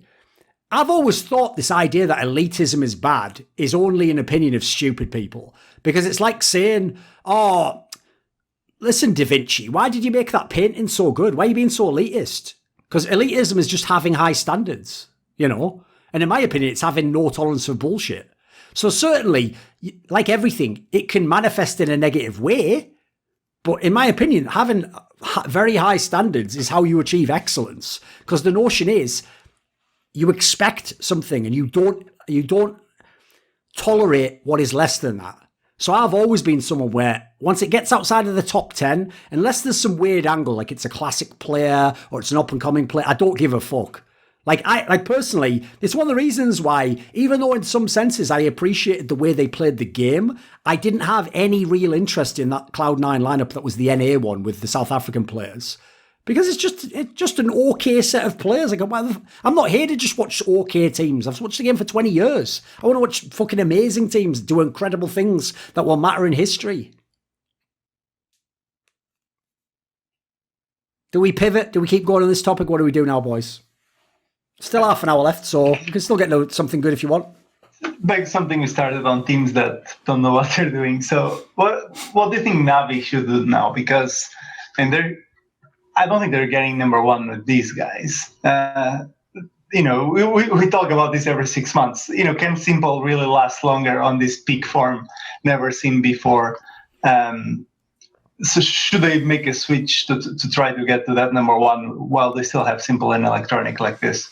Or is this it, like they can't do it? Right, the big problem is if you notice, I've never done, in CSGO at least, any content that involved Blade. So I won't pretend to have like a really good insight for his mind. He is someone I've talked to and had conversations about Counter-Strike with, but he's not one of those guys where I've had a proper chance to like test what he would say about things. So I'm not going to say, just because he is a legend of the game, that he's definitely the best coach. There's another thing I hate that analysts do, which is, yeah, they have a mate or there's a legend that's in the position, and so that guy can just never be removed. Like, no, that's nonsense. Like, I even said myself openly, I was mega underwhelmed by Ave as the coach of North. Yeah, you won DreamHack Stockholm, that's it. What the fuck else did you do with those players? Because remember, he had some really good players in that team. Like, I think he still had Valde, mate, when he had MSL. Like, he had some quality players. Like, he just didn't do anything because, he was a legend of 1.6. He wasn't a legend of being a coach of CSGO. He was a legendary IGL of 1.6. So that's two totally different categories. So basically, let me think how to phrase this. What were we talking about? What was the original point? Basically... Oh, Navi. Yeah, there you go. Basically, I won't say for certain that Blade shouldn't be removed. Like, I look at some of the results, and I think he's done, like, a just about good enough job, but I don't think he's... Put it this way, if I was going to give Blade a grade as the coach of Navi, I would probably give him a B minus. I think that's probably the most I would give him. Because basically, what I see Simple doing, I don't know what that has to do with the coach. I don't think it has anything to do with the coach, in my opinion. Electronic, I think he's always been up and down, but a very good player overall. Flamie's still Flamie. Boomich, I actually think, put it this way, if I'm changing Navi tomorrow, instantly I'm kicking Boomich. That's just over with. Like, or if he's a player, like, I don't even think he's that good a player. I'll just be straight up with it. Like, even as a player, I think he's insanely streaky, and I'm not a huge fan of his playing style. So I don't really see him in the IGL going forwards. I won't actually say I'd kick Perfecto instantly, because I get the sense that Perfecto is like the fucking bitch of the team who's just being completely wrecked by everyone else and just has to like dude, he really is the guy who seems to never have the weapon. You know what I mean? Like, I don't know if I can say yeah, exactly. So I don't know if I can say he's like garbage. What I would say is this. I would get the team together and I'd say, if this guy's really that bad, why is he on our team? If he isn't, then why the fuck aren't we making use of what he can do? So I think fire Boomich, possibly replace Perfecto depending on who you're going to get. And then I would probably then make the next lineup the test of whether I keep Blade or not. What would you guys do? Andrew, what would you do with Navi if you had... Listen, you don't have like unlimited power. Like, you can't just put like fucking Niko on or whatever. But you know, reasonable, realistic moves. What would you like to see happen to the team? What would you do? Well, I'm out on Boomich as an in-game leader. Like, there was... I think it was Navi versus Vitality. And Boomich went onto the B side of Nuke, killed Shocks, had B site to himself, and then called an A. Like, wait, what? You've got 400 IQ. Yeah, like, and like Lourdes is like, I don't understand. Like, it's just, how is that your call? You've got the B site. So any in-game leader who calls like just, I don't know, thinks it's Call of Duty or something, just we need to kill everyone, I'm out on. That's just the most absurd call I've ever seen. But the problem is, I feel like now Blade was he a 1.6 guy? Yes, he was a 1.6 in-game leader. Okay, that concerns me, because I feel like that means that CIS hasn't produced a single in-game leader in CS:GO. No, they haven't. So, like literally, the like closest they've come is basically Jerry from FaZe. That's it. So like they're like a worse version of North America. Like, at least... Oh, they have a massive problem with that. By the way, for similar reasons. Like, if you ever listen to me talk about North Americans, or if you ever see me actually, like, show you by bringing them on into interviews, North Americans, a lot of them really do think the game is about putting a crosshair on someone's head and shooting them. Like, when they don't win the game, I didn't shoot him in his head. They believe that. Well, CIS region is a little bit like that, but almost from like an individual point of view. Like, if you notice, if left to their own devices, they all bait the fuck out of each other. It's why it's not a joke. I always give this example. The guy you meet in matchmaking is a pro player, but without pro aim. Now, he's not entirely, like, obviously going through the experience of playing the team, you know, it levels up your game knowledge and situational understanding. But what I mean is, like, some of the things that motivate him, drive him, like, they're all people, essentially. So as a result, like, the CIS players you play with in matchmaking, you're like, fucking hell, this guy's still in spawn with an AWP just shooting double doors while we're like taking long A on catwalk. What is this? Like, that's the guy who would play in a CIS squad. The difference is he would shoot the two people through the doors when they jumped and they go, here's good AWPer. So, like, when you go to places like that, in my opinion, you have to do like a radical culture change. Yeah, it just means you don't, like, where do they even go in-game leader-wise is, you know, in a region that doesn't produce leaders, what do you even do? It's tough to say. Yeah, I'm not sure where they go with that.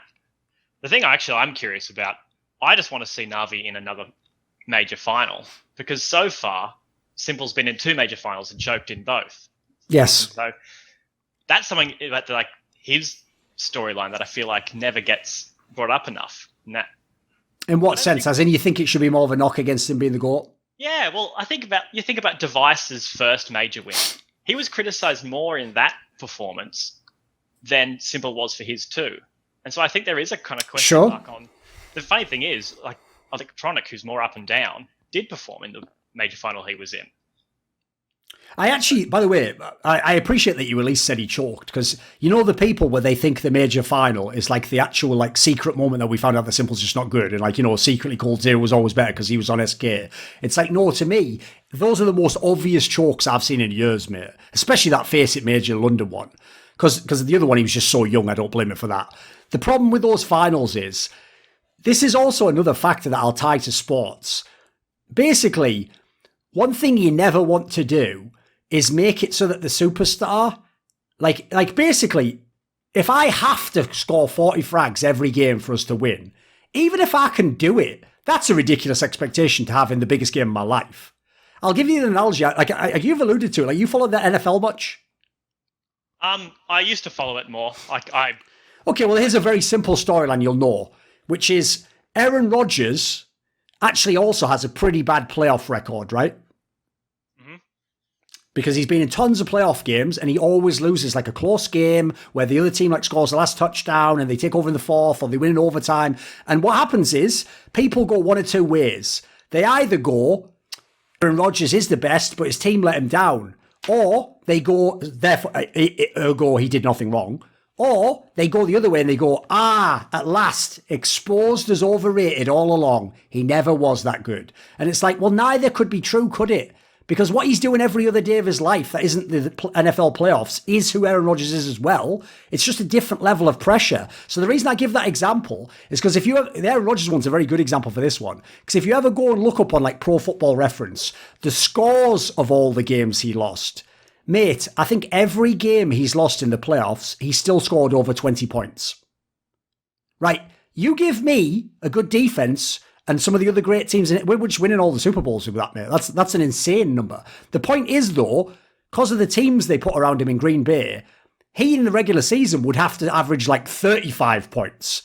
Right? Well, I don't know how much you know about the American football, but expecting a quarterback in a massive high-profile game to just have to score 35 to be able to win is really unreasonable. Like, you get NFL games, like, look at that Super Bowl, that Brady's last Super Bowl win over the fucking Rams, where he won with like 15 points or so. Didn't he get like one touchdown? Like, mate, if Aaron Rodgers gets one touchdown, he has no chance to win the game. Brady won the Super Bowl doing that.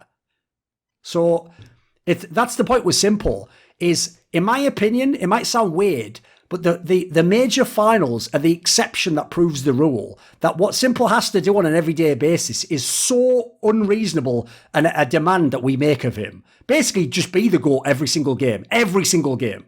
By the way, go look at the way even analysts treated him when Ziwoo's Vitality won that big IEM Beijing final. They acted like Ziwoo beat Simple. Simple had like everything in that final. But what he didn't do was be the GOAT in 5 maps in a row. Now, by the way, Ziwoo didn't. Ziwoo just did a really good job on the last map. And I think one other map before, like maybe the third map or something. Come on, Andrew. I know you're not feeling all that, mate. So come on. Do you have any? Oh no. So I think Simple's like an incredible player. Like the only sticker I ever had on a gun was a Simple liquid sticker. So like I really like him. It's just, if he's your one win condition and there's no in-game leader, your team isn't good enough. Yeah, of course. I'm worried that they won't get a major win ever. Like, they shouldn't. They shouldn't in theory. By the way, I'll also say that as well. There's something no one brings up, right? Yes, Simple's the GOAT, but this is how framing works, right? You're going to get this, but I'm saying this for people who listen to the VOD later, right? If I frame it like this, so the GOAT individual player couldn't even win a major, he was in 2 finals. That makes it sound like it was abject failure. Now, if I actually describe it as the GOAT CSGO player on teams that weren't favourites to even make the final of the major didn't win the final of the major, already it doesn't sound as bad, does it? I think that last one was their only chance. I agree. Yeah. So yes, is kind of done. I don't know. Well, the other problem as well, and sadly this is what I've brought up a million times, is it's also one of the only regions in the entire world you can't just pick who you want. You know, like unfortunately they can't just go and get Jerry necessarily. Like if you notice, even when they bring in people from those teams, it's always like, what? Like for example, if you were going to bring in another CIS player, would it be Bit? What, wouldn't be any of the players that we actually like in FaZe or fucking Team Spirit or something? Like, why can't it be those players? That's unfortunately just the fact that, like, remember, those are not, like, that's not America, mate. That's a totally different culture. Like, why you move a team, what the hierarchy of values is different. So, unfortunately, it's also just not the case that you can get those players. So, I also think it's probably the hardest team in the world to GM for. That and MIBR is probably the toughest team, I think. What about Flamie? Like, you didn't touch on it, but don't you think he's like kind of, bad right now? Like, he's basically his trend of his rating has been over the last 7 years just going down, and it's not going to get good suddenly. So, what's your opinion? Is it okay to keep him? Oh, I think he should have been kicked years ago, mate. There's another one. In fact, Flamie might be the player. I said this on that last episode of that Know-It-Alls with Lurpis. I actually think Flamie, when he gets presented as the X factor, it's true, because when he has great games, it tends to be when they just look unstoppable, and when everyone goes, whoa, fucking hell, like the Katowice one, like, oh my God, this is going to be so sick. The problem is, it just doesn't happen. Like, it's once in a blue moon. In my opinion, he is one of the most overrated players by analysts ever, because they can't get out of their brain the good games that they see. And when you see the good games from Flamie, he has really crisp aim, crosshair placement's nice, like he's clearly not getting all the resources, like he's adding to what Electronic and Simple are doing. In that scenario, you're like, well, how could I not want him? It's like, mate, he's another player I would remove. The problem is, though, if anything, we've sort of gotten back to Andrew's point there, like that's how fucked Navi is as a team, that I've already removed 2 players in my brain, and I didn't get to Flamie, who I think should instantly be cut. But that's also because, I can't just make the team like, Simple Electronic, you can stay. Everyone else, get the fuck out. Like, I have to have a team, I've got to sort of build it up again. Yeah. Flamie just never recovered from the coaching change, I felt. Like, when he was good, people were always saying that, like, StarX just, like, kind of puppet mastered him. Sure. I mean, he is a player, I'll tell you, where if you talk to him, he's another one of those players where he doesn't know how good his skills are. Like, he's way less confident than you would think. It's one of the reasons why you see him get very emotional, which is obviously quite rare for like CIS players. And by the way, I mean emotion in the sense like crying or being upset, like being vulnerable. Like obviously they rage out like motherfuckers, that goes out saying. But he's one of those guys where like, mate, he is super paper thin. Like I could believe that people just... he's also another guy, by the way, who I wouldn't even be surprised if during the early days when they had Simple, he was getting wrecked by Simple. That was... And by the way, that will still also be a classic knock against Simple from the past when he was a bad teammate, but... Don't really think it's applicable now, though. Lagge, what would you do, mate, if you had power to change Navi? I would kick Blade. Who would you get, though? Can't stay. Like, everyone except Simple has been handpicked by Blade at some point in their career. Sure. All 4 players. And then we have Bit and Monacy coming up. Monacy turns 16 in a couple of months. I think they just wait for him to be a star player. After that, maybe Flamie or Perfecto will leave. Zen, what would you do, mate?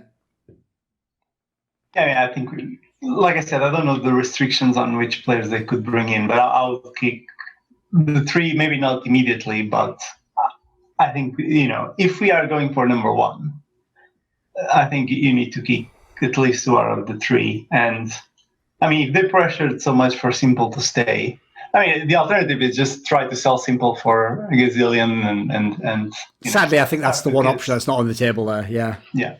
Oh, by the way, considering they renewed the contracts like a week ago. Here's the thing: if I actually had my way, like, what do I care about Navi, mate? Like, I just want Simple to win, right? It's kind of where we start the conversation. So I'll tell you right now, the move everyone never talks about, the one that I always wanted is, listen. I'll take my 2 favourites who everyone else thinks are good but overrated. Just give Kerrigan Simple, and that's all I ask. Yeah. You can let the other players be whoever you want. Give him Simple, and like, mate, I'll just sit back and watch them start stacking championships. I don't know whether they'll win. Like, maybe they still play in the final, whatever. It'd be fun to watch. Be really interesting to watch. Yeah. You could kill 2 storylines of choking in one go if they won the major. Sure. That'd be a fantastic team to watch. I think Simple's got some like loyalty to Navi though. No, he always spoke about like, oh, we always want to play for them, and I don't know. I feel like he's got that kind of that, so he'll probably always stay. He also has the problem that and this will sound mental because again, you just think of the old reputation he had. He's actually too reasonable. He's become too reasonable as a teammate. So as a result, if Navi fails, well, he's not the general manager, and also he knows there's not a million players available, so he doesn't think, right, we've got to kick this guy. Like, put it this way, if you or I were playing in Navi now, and we had some of those finals and semi-finals, we'd come out of that fucking server, and we'd just go, get this guy the fuck out the team. What's he doing here? Simple just thinks, like some sort of tortured fucking genius, like Sisyphus character, like, but is there anything more I could have done? It's like, give me a break, bro. I can't handle this. Like, no, like, or at least nobody in history's done anything more. But I guess in theory, yeah, you could have got that one extra kill on that 1v1 or whatever, you know. It's like, that's also why, you know, the expectations for what Simple must do just to get his credit are so unreasonable in CSGO. Remember that Katowice 2019 semi-final where they lost to Ents, and he was carrying the whole series in that Mirage game, but he lost the 1v1 against X7 where he switched from the AWP back to the AK or whatever, all the way around, AK to the AWP, when he was at the ticket booth on Mirage on A site. Right? People actually said, I'm talking about respected, knowledgeable people, by me even, well, if he'd have won that 1v1, then it's like, what are you taught, dude? Like, what? He has to do everything. Is he literally never allowed to fail? Like, what is this shit? If he only aced in the last round. Exactly. If he was a real winner, he'd have just won every 1v4, wouldn't he? Exactly. Even though, by the way, what's mad is, this is also why, if you're Simple, by the way, Ziwu, by the way, enjoy these next 2 years, mate, because this is called the grace period. You're so good so fast that we let you lose the finals now. It's okay. It is, by the way. It's totally fine. I don't ever blame Ziwu for most of the finals he's lost. I thought he was a bit shit at some of the majors, but that's whatever. Most of the finals, he was still doing very well. The problem is this. Eventually, people won't keep saying, because remember, they used to do the same for Simple for a couple of years. They won't say, well, Ziwu did what he could, but his team's not quite good enough. Eventually, they'll just say, but if you are the best, then why didn't you win? Like, that logic is unbeatable for certain types of fans. You can't get past it somehow. It's like that circuit can't be broken in their brain. They just keep going in it. Less excuse in terms of, like, he's got more help. Yeah, in some ways, yeah. So, like, there are games that you'll watch where he's top fragging, but he's not, like, trying to just solo the other team like Simple is. So, like, if he's got, I feel like he's got more of a reasonable demand. So if he does, like, let's say he gets to a major final and then doesn't perform, sure, it's like more of a knock against him. Yeah, but they're not. By the way, I agree. But obviously, the reason he gets also clemency is just, you know, age and inexperience. Like, those are factors we obviously put in the equation. The problem Simple has is he's just played so many years; those aren't a factor anymore. Now, if he ever has a team good enough, he just has to get it done. The point is, though, that's what I would challenge anyone to say. I would challenge anyone to make the case that any of the teams Simple had in the final should have won or could. I don't even know if they could.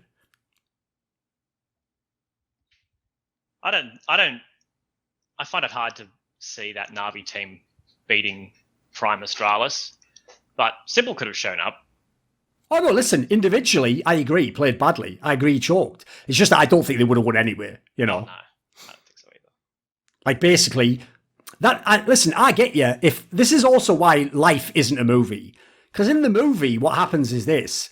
Simple drops 40, they lose anyway, Astralis is crowned the greatest team ever, and then everyone goes, but Simple is the best. You know, that's the satisfying story. Unfortunately, this is the least satisfying story. Like, the one thing you hoped for on the Navi side of the equation didn't happen. It actually also happened another time in history people forget, which is the same year when he was in the Epicenter final against FaZe. He also had, like, a half that was really good on Mirage, and then he sort of just went quiet because he was, like, again, he was sort of choking, and then FaZe just rolled over the final. And the rest of Navi was shit in the bed, and Zeus was terrible. You know, a million excuses, but he also himself didn't play that well individually.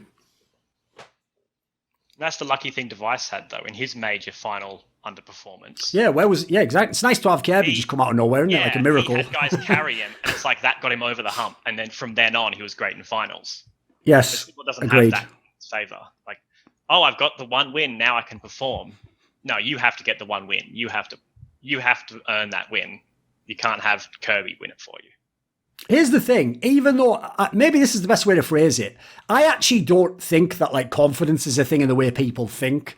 Like, I think the confidence they're talking about is the opposite. It's the effect that comes from a cause. So the cause is you winning in practice, or the team makes sense, or you got a new player, or your teammates playing awesome even if you aren't, or you've just been on a winning streak, or it's a team you've beaten before. Those are all things that are based on facts, like real things, or real like qualitative analysis.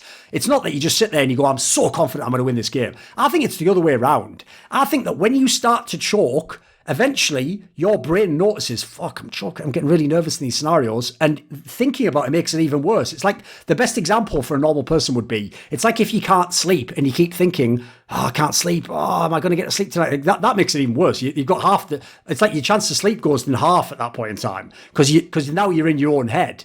In my opinion, that's what getting the monkey off your back does. If you get the win, it's not that actually any of the facts of the match changed. It's that now that you've gotten the win, and your brain isn't saying, every time I get here, I lose. It's just that you're just not battling yourself as much next time you play. You know, it's almost like you reset in a way, if that makes sense. I think the Astralis core has said that as well. Device or Dupree. Oh, okay. That would be interesting. In other words, but I remember one of the Astralis core members saying that once they finally won something, it totally changed. Which, by the way, just to harp on a usual classic, does also go back to how even pro players sometimes seem like they don't know the game. Because if you knew how many fucking pro players over the years told me to stop hyping that Astralis core and that they were just overrated and they were only beating the bad team, you know, like, give me a break. Like, basically, they were the team where, for pretty much their whole history, it was like what the team is now. Like, if they'd have just gotten the right wins, they would have been unstoppable. Like, they were, like, in my opinion, that TSM team is probably the biggest underachievers ever. Even over FaZe Clan, in my opinion. Like, they were just so good, except when it mattered, in a major final, semi-final, whatever it might be, you know. This video was kindly supported by Lagger15, Pronogo, Andrew, Dean Tanglis, Animosity, ErikHillestad, Andreas Kroknes, Hades, Jensen Goh, Zoomba, JDubs, Tobias Bernasconi, Alexander Rao, and as always, a special thanks goes out to Jerky's Minion. Would you like to suggest a topic or a guest for my content? Want to ask a question in one of my monthly video AMAs? Do you want teasers? See who's going to be on my next interviews and shows? Maybe you want to take part in a discussion with me where we go anywhere. We had a mad one talk about chess the other month. If so, put your money where your mouth is and join the Skruilluminati today at the link in the description box below.